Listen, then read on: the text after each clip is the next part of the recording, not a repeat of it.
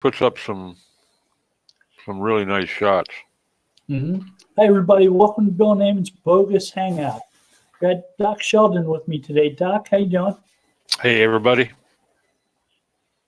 Doing good. Trying to stay warm. Could you tell us a little bit about what you do these days, what you're up to? Oh, well, I'm 2019 is wrapping up with a bang. I've just been booking a lot of new work here lately usually after Thanksgiving, actually after Halloween, things just die off and so I've been scrambling here the last couple of weeks. I don't know if I'm going to get any time off this holiday. Well, I think we're going to take a hiatus here for a couple of weeks because we've got Christmas Eve and then New Year's Eve for the next 2 Tuesdays. Mm-hmm. So maybe take those off, chance to do some holiday celebration. So maybe we should do a prediction edition of the show today. Last one for 2019. We're not going to have a show next week or the week after.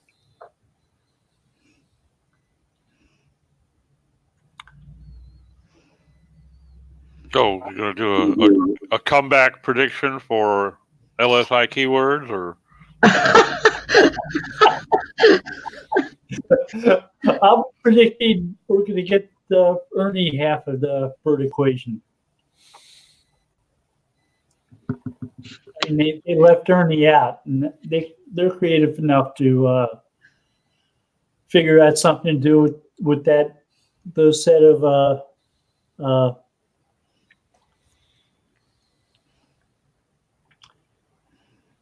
but BERT is bidirectional encoding representative transformers. Mm-hmm. I think I missed some of the connecting words for those. But I'm not sure it's really very descriptive of what BERT actually does. Yeah, it's not.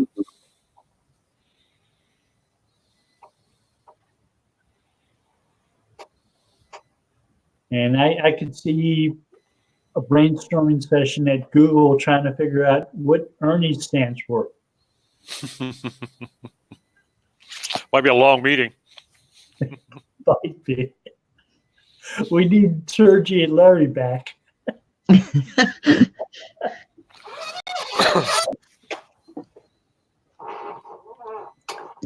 I mean, Google doesn't stand for anything. It's a misspelling of a very long number. A Google. A Google.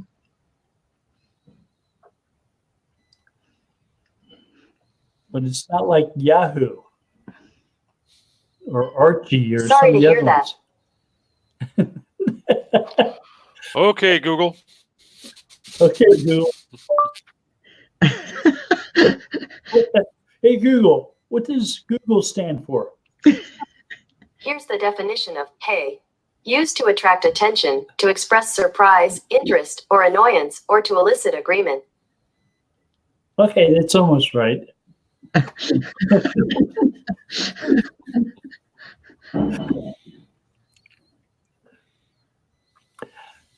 Do you feel any desire, any need to thank Google when Google answers a question for you?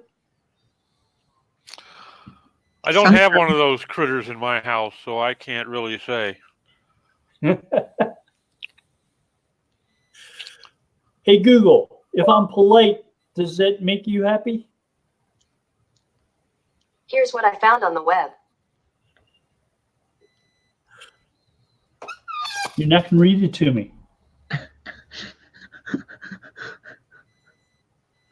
10 habits of remarkably polite people. The dangers of being nice. Okay. So they're sort of providing opposing viewpoints. Remarkably polite people. I must be in the wrong room. The second one about the dangers of being nice, maybe. The dangers of being nice. Now there's one. So if you're nice to Google, is that potentially troubling? I don't know. How do you? Does Google care about being nice? I don't think so. Hey, Google, do you care about being nice? Google rents goats to help maintain their lawns at their headquarters. It's friendly and fun. I guess not. No, I don't think so. Yesterday, the I think your assistant. device might have been made in China there, Bill. It's a Google phone. The ESL. Yesterday, the Google Assistant kept popping up on my phone, and I hadn't said the word Google at all, and I couldn't figure out why it kept popping up. I have a friend whose Siri cursed at her like it was a sailor. Oh, gosh. That's funny. It wasn't. I heard it. It wasn't that funny, but it was completely unexpected. So I wonder if it's like one of those trick parrots that hears a conversation it shouldn't hear and repeats it at unexpected times.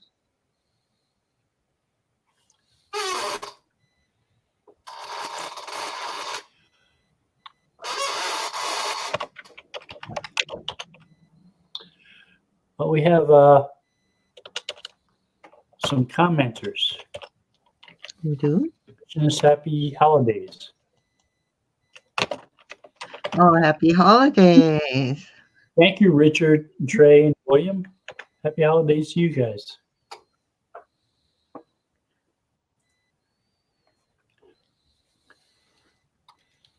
So if you had one prediction about what we're going to see that might be surprising from Google this year, this upcoming year, what might that be? Doc? Oh. I haven't given any thought to that. That is a good question. Well, you just couldn't ask Sarah first, huh? No, because I haven't given it that thought either. I was like, whoa, what could it be? I told her a little time by asking you first. Well, you caught me totally stumped on that one. I haven't been given any. I don't normally give a lot of thought to predictions because the few times I have, I've been way out in left field. But I do think that we're going to see something interesting happen with Larry and Sergey out.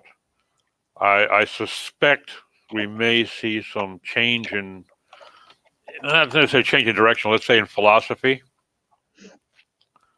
in their approach. What kind of, well, that's interesting. What kind of change approach philosophy? You too, huh? Yeah. Hey, I came up with a category. I don't have the answers.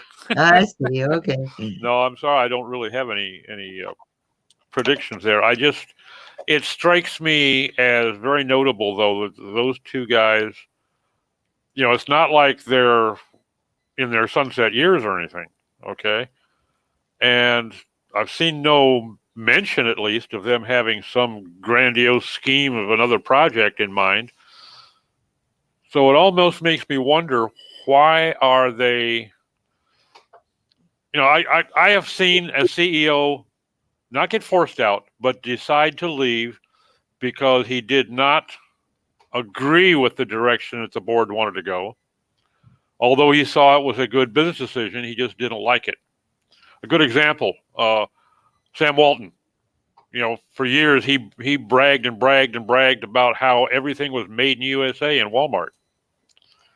And now, even their they don't even have signs that are made in the USA, much less products. So if he had been facing that decision with a board that wanted to make that change in outsourcing, he would probably, I could see him stepping down rather than holding the company back, because my God, it must have had a massive impact on their bottom line. So I could see that being a possibility, but that's pure conjecture. I don't know. I find it very difficult to imagine them willing to walk away because this is their baby. I mean, they've created something magnificent from nothing. How would you turn your back on that? Okay, this was a pun that somebody pointed out on Twitter, and I thought it was funny at the time. But so Google Alphabet is a pun, right? It's the other bets that Google is working on. Alphabet. Here's a result from search. Google wants to get involved in this conversation. Thanks, Google.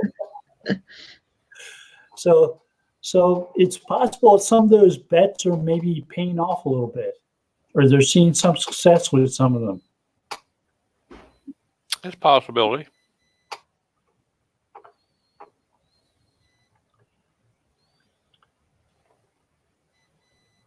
One of them is Verily, which is supposed to be medical devices.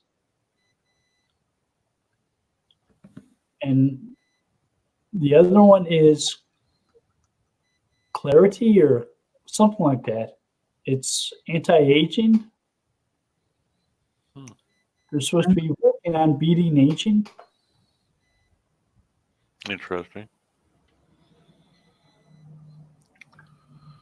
And some of them are really out there, like using weather balloons for internet access in Africa. Yeah. Did you see what William Rock said in the comments? I think we will see more with suppression of website content, especially in the wellness industry. Suppression? That's what he said, yeah. I think we're going to move away from some of the ways that Google is. So people have been talking about the Medic update, the name that Barry Schwartz gave it, the Medic update, because it happened to affect a lot of medical sites. And Google said, no, it's not necessarily just medical sites. We've affected more sites than that. But part of it has to do with EAT and with how Google determines scientific consensus. And these came back from a search. Okay, so Google never did rank sites or pages based upon accuracy of search results. That was never a ranking factor, even though Rand did a study last year where he asked 1,500 SEOs what they thought were ranking factors, and a lot of them decided that was potentially one of them. I asked Danny Sullivan on Twitter whether or not they were ranking pages based on accuracy, and he said, no, we don't do that. The machine can't determine whether or not a fact is accurate or not. Some of the stuff they've been doing with entities and how the confidence they have in whether or not an entity relationship with another entity is correct or not. They do have a method for doing that, for trying to gauge how much confidence they have in one of those relationships. And that's not necessarily an indication of how accurate something is, but maybe when you get terms like consensus or scientific consensus, that's not too different from confidence. what is the scientific confidence that a certain thing is based on some other set of conditions? Like a certain illness has symptoms that could be treated a certain way.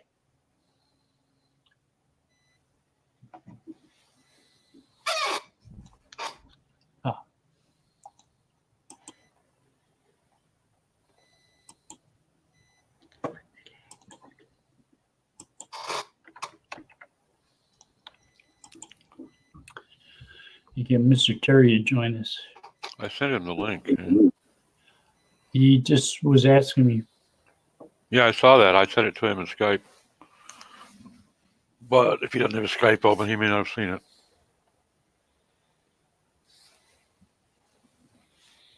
Ever since I have a Mac, and ever since I upgraded, I've forgotten what the name of it is anyway. It was the latest Mac update. That Skype is not working on my computer. So when Bill sends me an invite, it comes through only on my phone. So I don't know what Terry uses, but I had something similar happen the other day. We had a Windows update, about 3-4 days ago?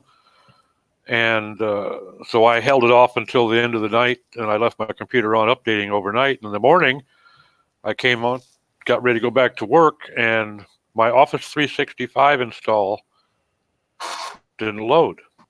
And I found out why it didn't load, because it wasn't there anymore. It had been deleted. Oh, no. I mean, they didn't just turn it off or block it. You got one Microsoft product nuking, murdering another Microsoft product. That makes a lot of sense to somebody. It does not make any sense whatsoever. The other thing that totally gone. It had been deleted. Oh my God. All gone? Just gone? Yeah. No longer on my hard drive. You know what? Long ago, so this was 2013, I guess. I had I was using Windows, and I did a refresh, and it did an automatic update, and this was 40 minutes before I had a Hangout, and the update ate all my files. Lovely. Yeah, and that is when I switched to a Mac, because that was a nightmare. I had to physically send my computer to my tech guy in Southern California, and he recovered about 80% of the files, but it was just crazy. I mean, there was nothing, and I'm on my phone writing to my Hangout guest, hey, I'm really sorry, we have to reschedule because, my computer's just gone. Well, this thing kicked me off so bad. I'm just about to the point of downloading Linux and getting away from Windows entirely. And Apple is no prize either. Sometimes. All right.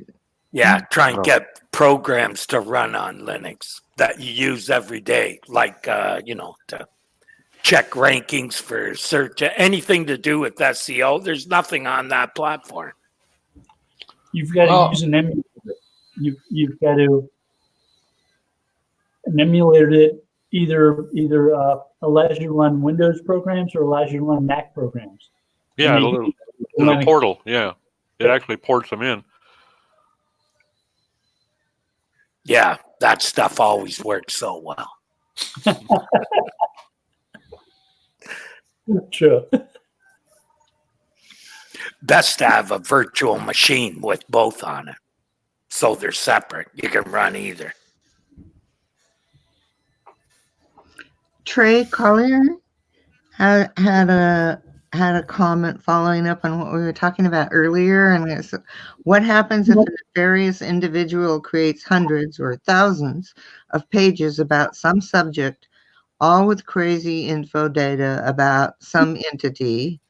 Could that skew Google's view of the entity's correctness?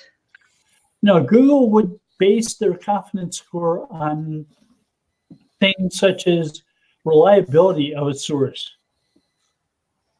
And if the source starts out completely unreliable, it's not going to skew anything. Yeah. Also, look at eHow. How's it doing? Yeah. Because that's exactly what the strategy was there Yeah, on a lot of topics. let's rank for every variation of terms that we can. Yep. So we capture all the traffic. Interlink them all, and you've got pretty strong pages. They ended up capturing none of the traffic. Google said, no, we don't want that today. Thanks. Have a nice day. Bye.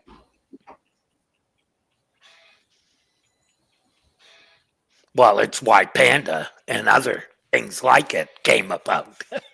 They had a reason to do it. So do we need a website that has 25 pages on how to boil water and how to heat water, how to make water hot? How to turn water into vapor? Nah, we don't need all those variations. Thank you. I mean, what was the point of ranking for those things? Were they trying to get traffic for nonsense queries that were they advertising on those? Were they selling ad space? Maybe. I never spent any time on EL. Me either. Did I. But I'm wondering if they were selling ad space, that being able to say, well, we got 1.5 million hits in the last 24 hours would probably impact their advertisers. Yeah.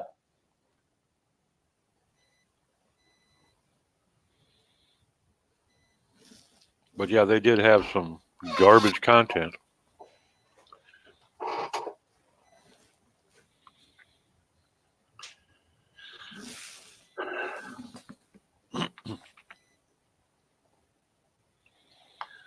Now, I think Google doesn't necessarily always choose the site that's the most correct when they're trying to extract entities. In fact, they've used Daily Mail as one source because it was formatted in a way that made it easy to extract information from. And that was true with Wikipedia too. Wikipedia is set up in a way that makes it easy to understand what the topic of a page is, what the subject of a page that's being linked to is, and so on.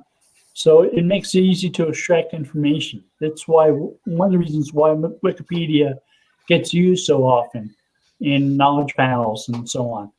Mm.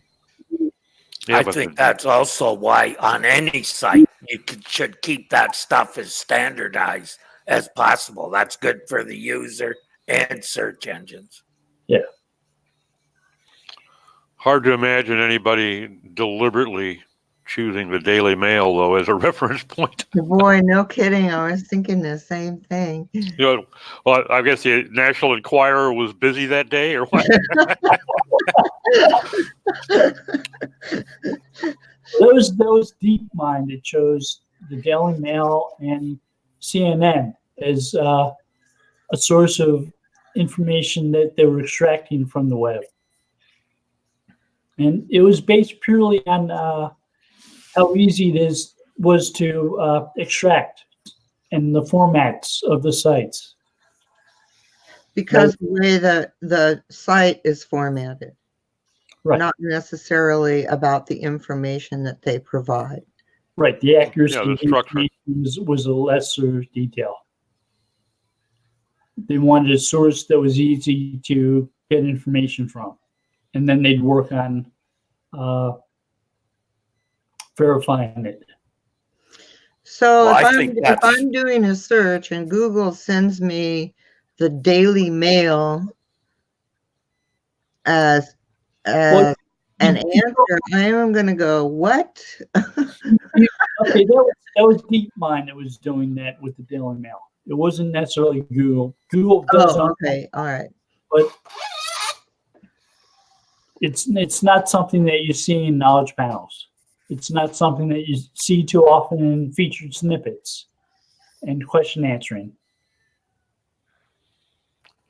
So they were DeepMind. They were just using it basically for machine learning. They were using it for machine learning. They were using it to test ideas.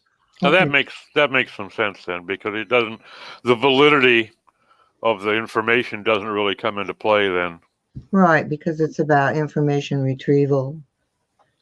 And they needed to be able to answer questions like one that Trey raised.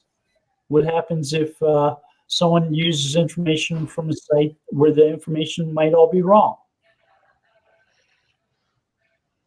How harmful might that be? That's when you crawl a National Enquirer website.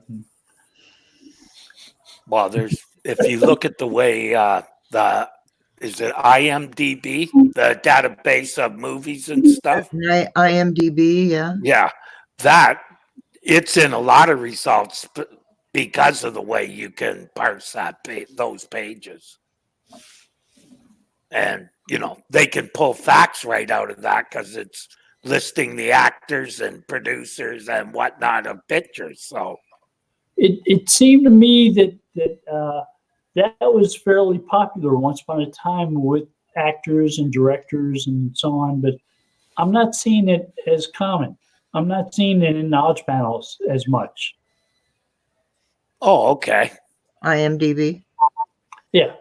I'm seeing What do you see instead? I don't do a lot of movie searches. So what do you, I search for Tom Hanks or so, and I see references to his biography from Wikipedia rather than from an IMDb. okay. And the IMDb doesn't even show up? But if you search for one of his movies, I bet IMDb. Yeah, then does come up. IMDb would show up. If I search for a director, I sort of expected IMDb. I got Wikipedia. I searched for Martin Scorsese. But that's kind of autobiographical information, right? I think that particular database is a lot about the title, the actors in it, etc., and then a rating of the movie by the users. Correct? The movie studio, the playing time, a lot of facts. Yeah. A lot of good facts that are easy to parse. Yeah. I know when I was in the Office Space, that one was a real pain in the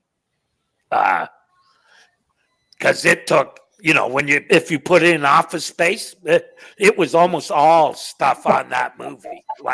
However, that did start to improve as they started to go to entity-based search.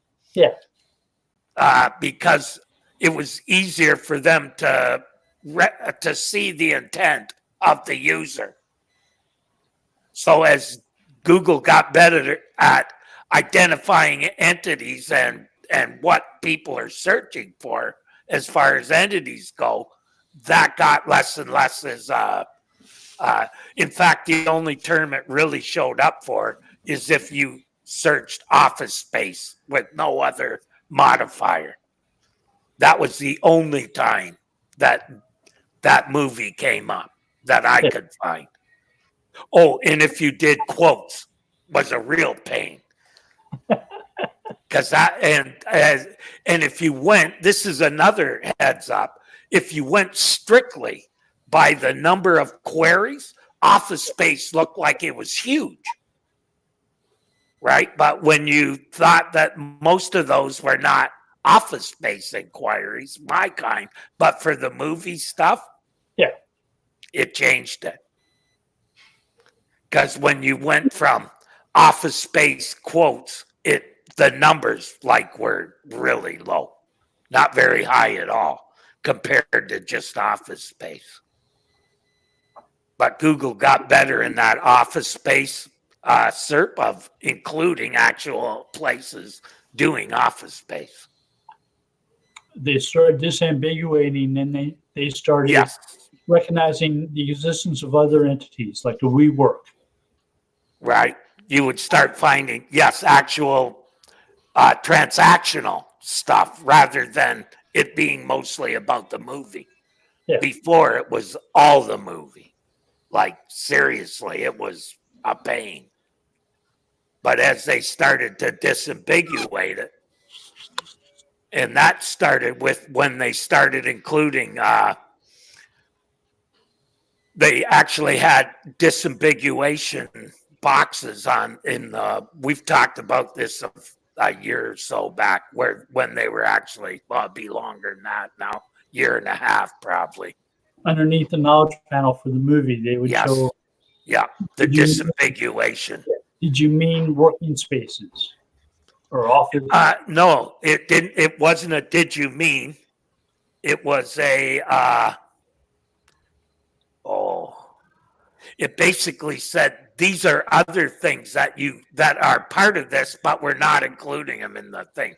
Yeah. People also looked at or something like that. People also search for rework Regis. It Yeah, actually was the definition of office space right from Wikipedia, Oh, which was really the clue that that's how they were disambiguating stuff, was using Wikipedia. see, that's one of the problems with that. It's like Wikipedia is supposed to judge what they have entries for based on whether or not they're notable. Mhm. And a generic thing like office space as a location as a service isn't necessarily a notable type. Yeah, thing. the movie might be, but the product isn't. Yeah. Gotcha. But it was in Wikipedia. Office Space, the entity, not the movie or the thing. Office Space, the thing. Yeah.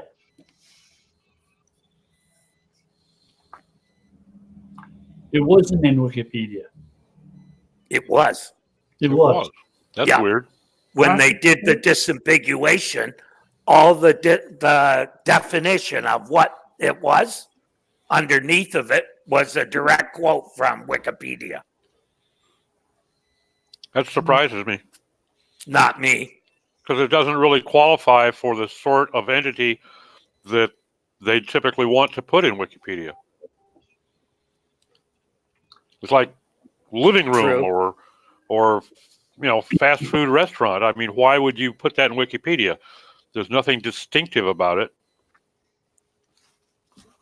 That's true. I don't know why they would. But then, too, I could never figure out why the first organization for SEOs never got a mention. It was because I couldn't do it myself and nobody else wanted to, because I wouldn't beg for it to be done. There was some kind of slug there, but I never looked at it. Same with me, personally. I had a slug in Wikipedia. Nobody filled it out. I guess I pissed off enough people. No one wanted to see that happen. Well, you had a positive effect in that people actually created a slug, so they started. Pardon me? Most people don't even have a slug. Right. The slug isn't there anymore. That seemed to disappear after I never really kept the site up and let her go even further now. It's basically waiting to be auctioned off. They nominate slugs for deletion. It's like they once upon a time nominated SEO for deletion. Yeah. So it was too similar to SEM. Yes. I'm not sure. There may have been another term too. Search engine positioning or something before SEO was in there. I have Wait for it to come up now. I have a book that was called Search Engine Positioning by Frederick Martini. And there's a phrase that sort of never really caught on. Positioning? Nope, it didn't last very long. Neither did search engine placement, which I held the #1 spot for years in Google.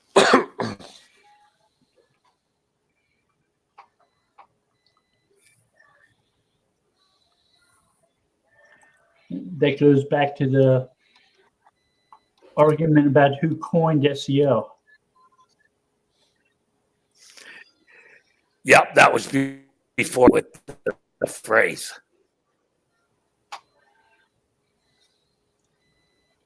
Mhm.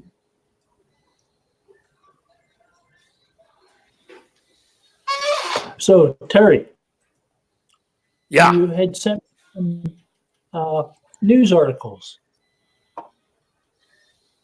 yes, I did. Which one first? But requests for quotes in local service ads? That was kind of interesting. Yeah. I think they've had the request quotes in there for a while as part of their GMB stuff.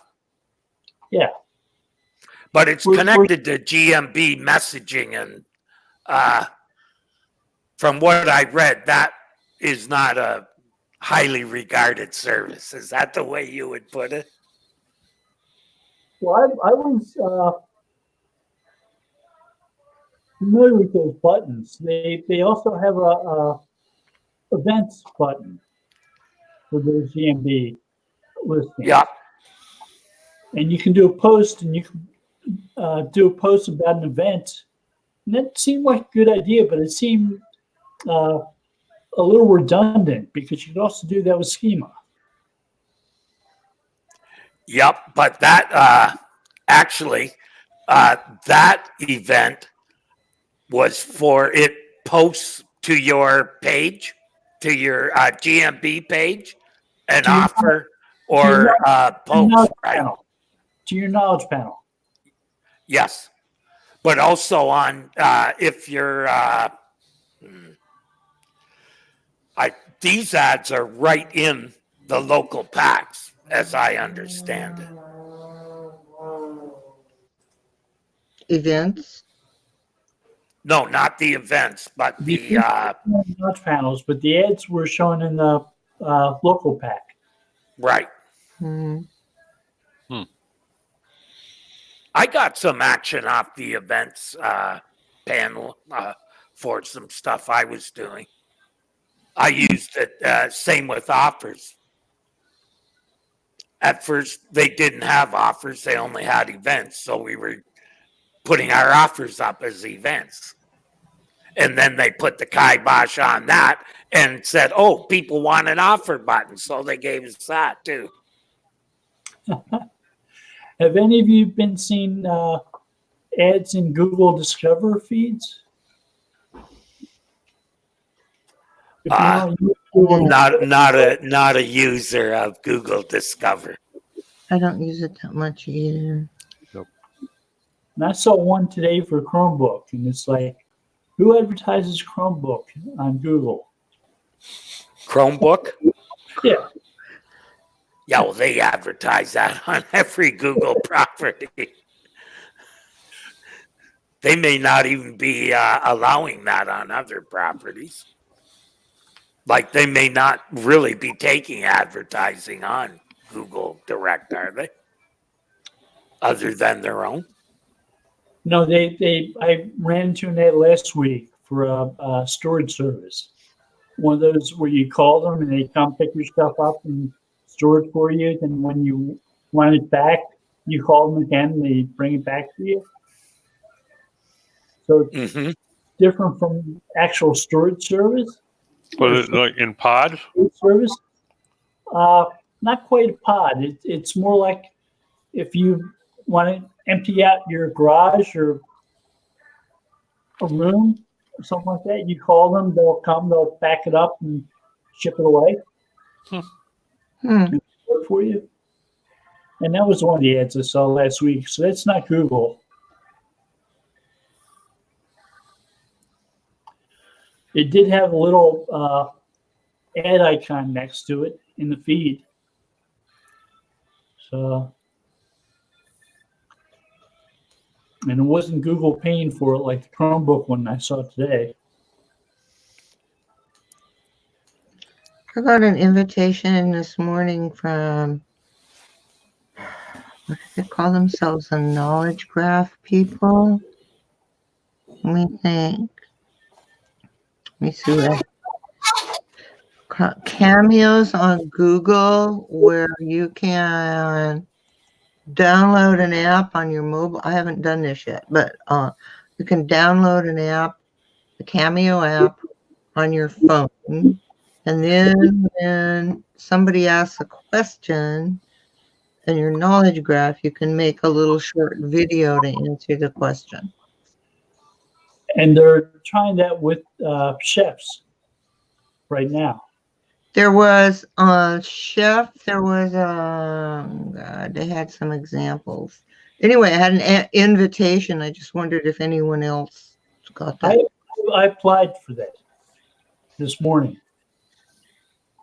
because I downloaded the app to see what it was like, and they gave an example of a demo that you could try out. Okay, see, I've been busy all morning, so I haven't downloaded the app yet. Oh, And- yeah. Bill, just did a few quick searches on Wikipedia, and when I was talking about the search for office space, in the disambiguation box, they had the definition of office. That's what they disambiguated on that search, so that people could find office space. They had a definition of office? Yeah.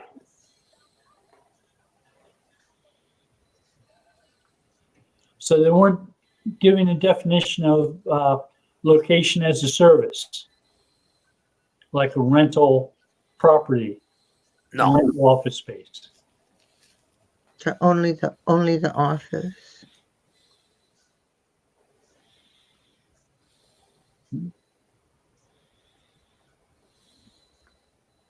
So again, it's not really something that would fall under a notability requirement for a Wikipedia entry. No.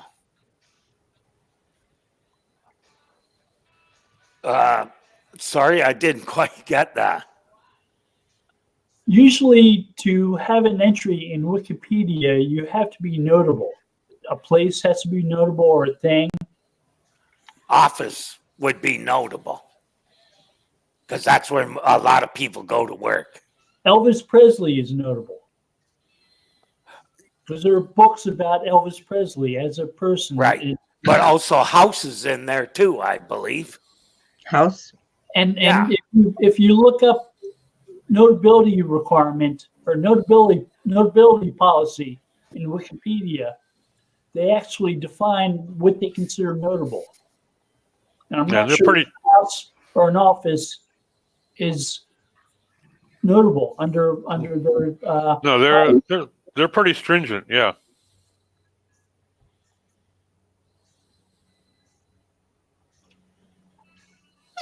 Okay, so if you put house into it, right?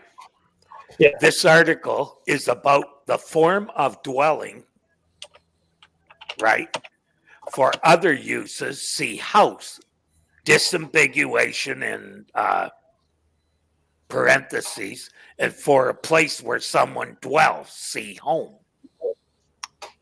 So they are putting this stuff in, and if you look, they define all the parts of a home and all kinds of history of the interior.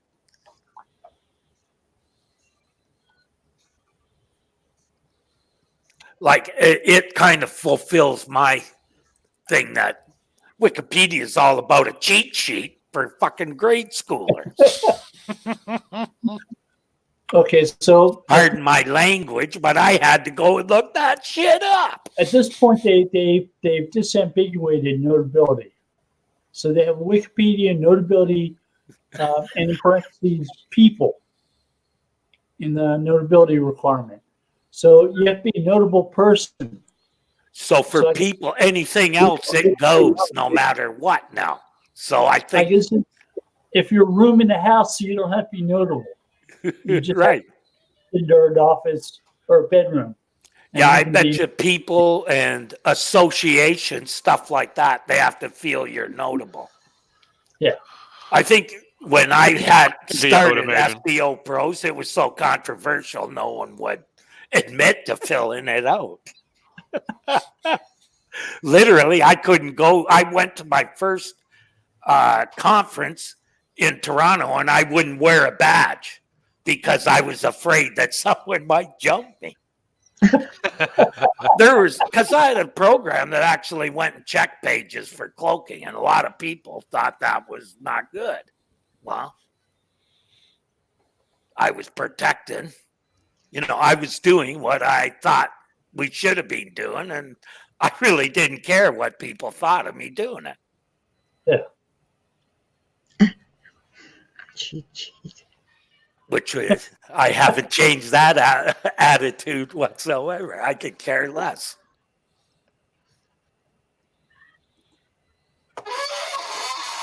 But I'll go to my grave with a clear conscience. Held nothing back.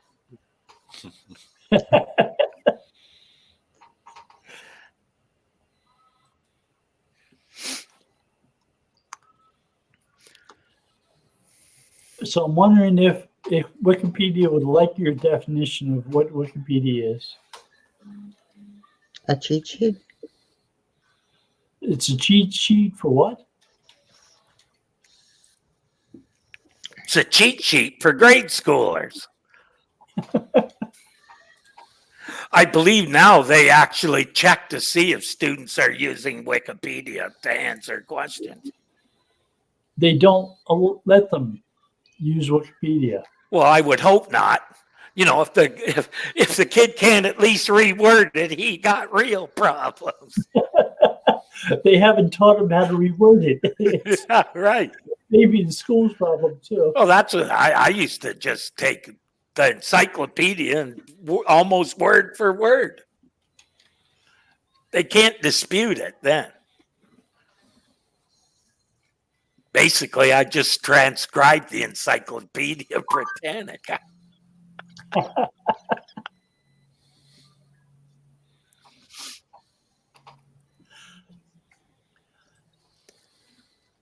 So another thing that's kind of interesting is the update of the Bing bot. And the names and all that stuff is really, but what blew me away was not in the Search Engine Land article, but in the Search Engine Journal article. It says that the rendering engine for Microsoft Edge is now using Chrome. And those are the rendering engines that both those search engines are now using for indexing. Yeah. So that's pretty important. That means now you can go to either Bing or Google to check your rendering, and it'll pass on at least two of the platforms. Bing's using some Google technology that Google open sourced. Google open sourced the Chrome technology. I was disappointed. And they open sourced BERT too. So Bing started using BERT before Google did. Or maybe they didn't use it. BERT, yes. Yeah, I remember reading that for sure. Yep, they did. And, but, I may be biased, but back in the day when the browser wars were on, I found that the Microsoft browser worked the best because they basically worked out a better,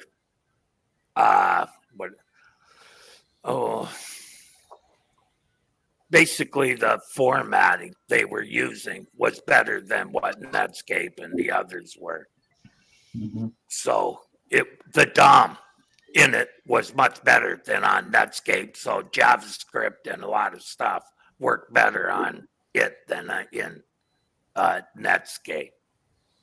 I remember checking websites for whether or not they were rendering in compliance mode under different browsers, doing sort of a cross-check compatibility. And sometimes some features wouldn't show up in one, would show up in others. Yep. Well, I used to keep track of a site where they told you all that stuff. Right? Yeah. It needed to be there for reference when you're developing.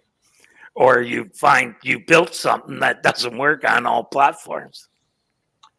So I remember publishing pages and then checking them in multiple browsers to make sure everything was there. Yeah. Because sometimes things weren't. Yeah. Yeah. Now, pretty well, one browser and you're good on all of them. It sort of seems that way, doesn't it? Well, they're both using the same rendering engine now, so. Yeah.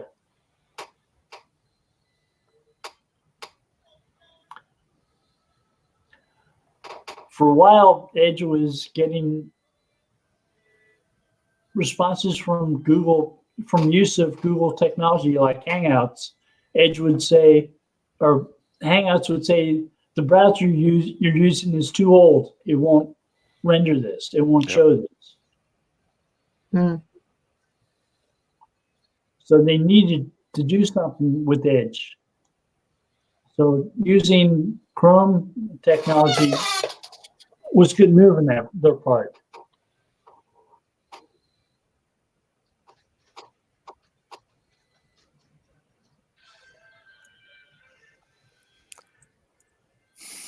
Yeah. I'm So the- disappointed.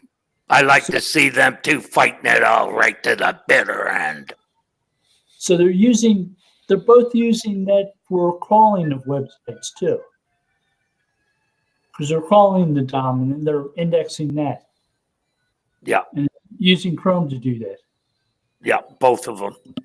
Yeah.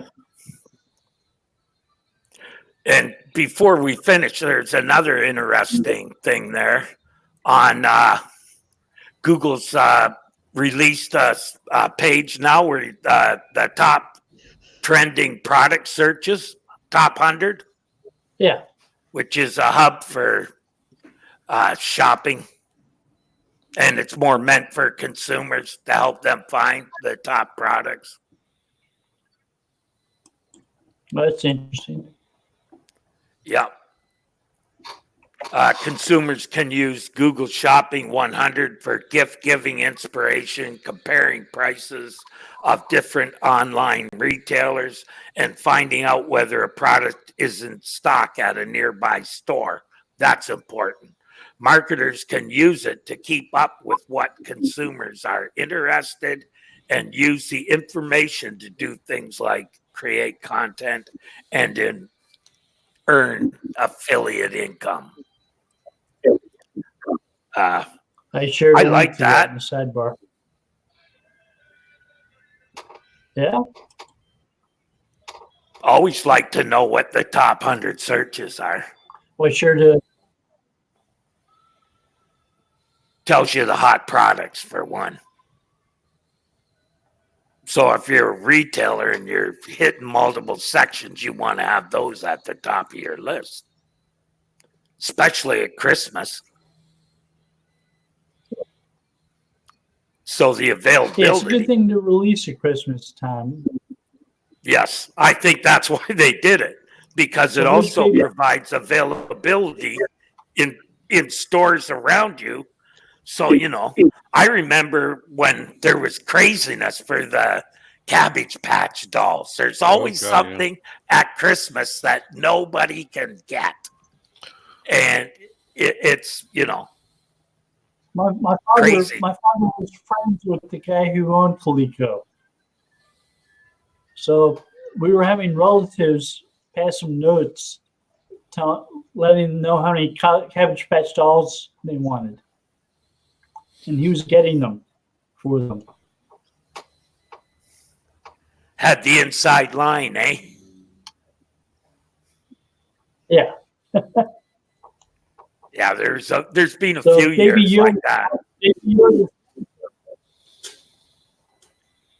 they didn't make any Baby Yodas for Christmas sales.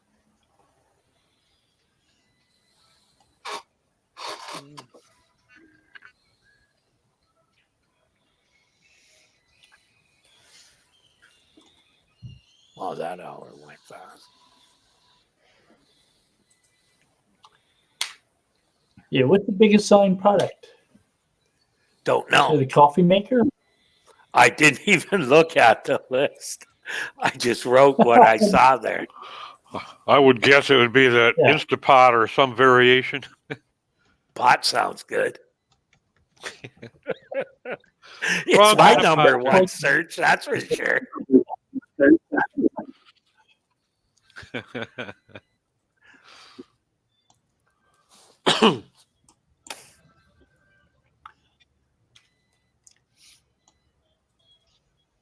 Letting us know Christmas time is a good idea. Yeah. I thought the availability in stores near you, that gets people to tell them their location. Yeah. Now, if I tell them my location, right, Bill, and then I turn that off, do they Yeah. keep that information or is it anonymized? I think that's the word, or is anonymized. If you tell them your location where? Well, for instance, say I'm on the web and on the search, they're saying, oh, there's stuff available in stores near you in the Toronto area. They get that from my IP. They could send me a message like, hey, give us your full. They've tried this before, by the way. Give us your full address and we'll give you a better idea what's around you. Yeah. But they know from my user data, right? As I forget what I filled.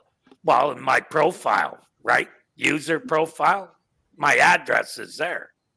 So they must be using that in all the searches. Or can they? Your search request includes your IP. And Yeah. they can use your IP address to try to estimate your location. Or if you use a device like a Xbox or a phone, they might. But if use you a go to Wi-Fi. Google Maps, you can also tell them your address, right? Right. But they can use a Wi-Fi access point, or they can do cell phone triangulation to also try to get an idea of where you're located. Right. But for Toronto, that would be stores in Toronto. They'd want to narrow it down, I think. Toronto's a pretty big city. Yeah, it covers a lot of geography. Takes almost a half hour to drive across it now. Somebody asked how big Delaware was, and I said it's a little bit smaller than Houston. Yep. Delaware is 99 miles long and 33 miles wide. And I think Houston's like 50 miles wide. Well, Houston's a couple of cities. They joined up, right? Or is that Dallas, Fort Wayne?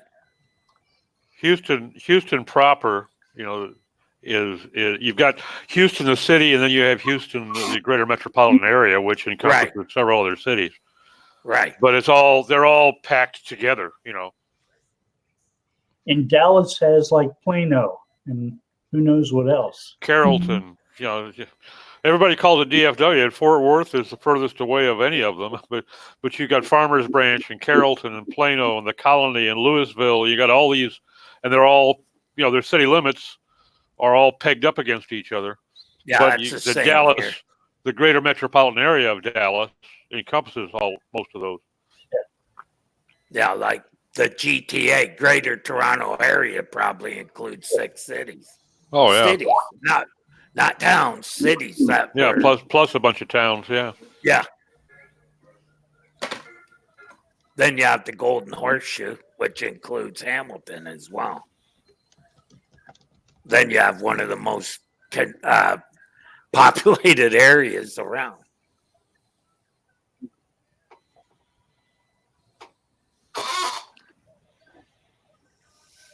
Figure probably more than half of the business in Canada happens in that, what they call the Golden Horseshoe.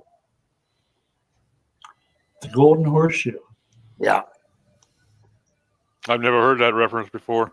I haven't either.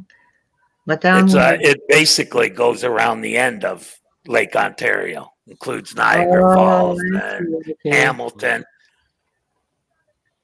You know, big steel town, Hamilton. Oh yeah, So I knew it's not Hamilton. That's big. not as big as it used to be. They don't make much steel there anymore. Most of the plants closed. Hmm. But that's probably true in a lot of places. Golden It's like Horseshoe. steel. It isn't quite the steel town it used to be. Yeah. My family grew up, well, most of my family were in the scraps metal business. Yeah. Starting with my grandfather all the way to my brothers and my father.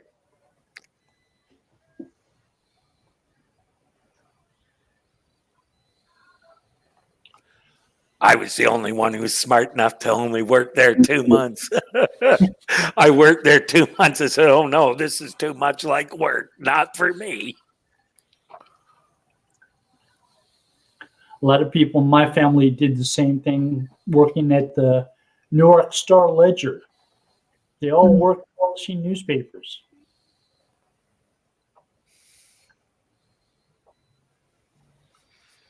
It's like how many cousins and brothers and sisters and uncles and aunts all work in one place?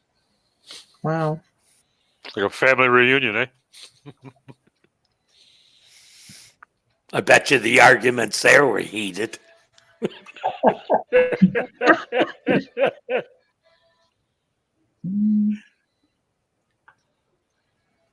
don't know. Some of my relatives worked there for like 30, 40, 50 years. Wow. Wow.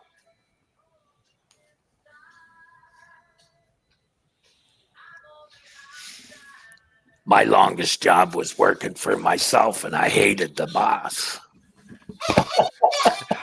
Yeah, my boss is a jerk. Real prick.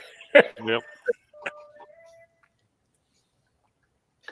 That makes it tough when your boss won't let you on vacation and things like that.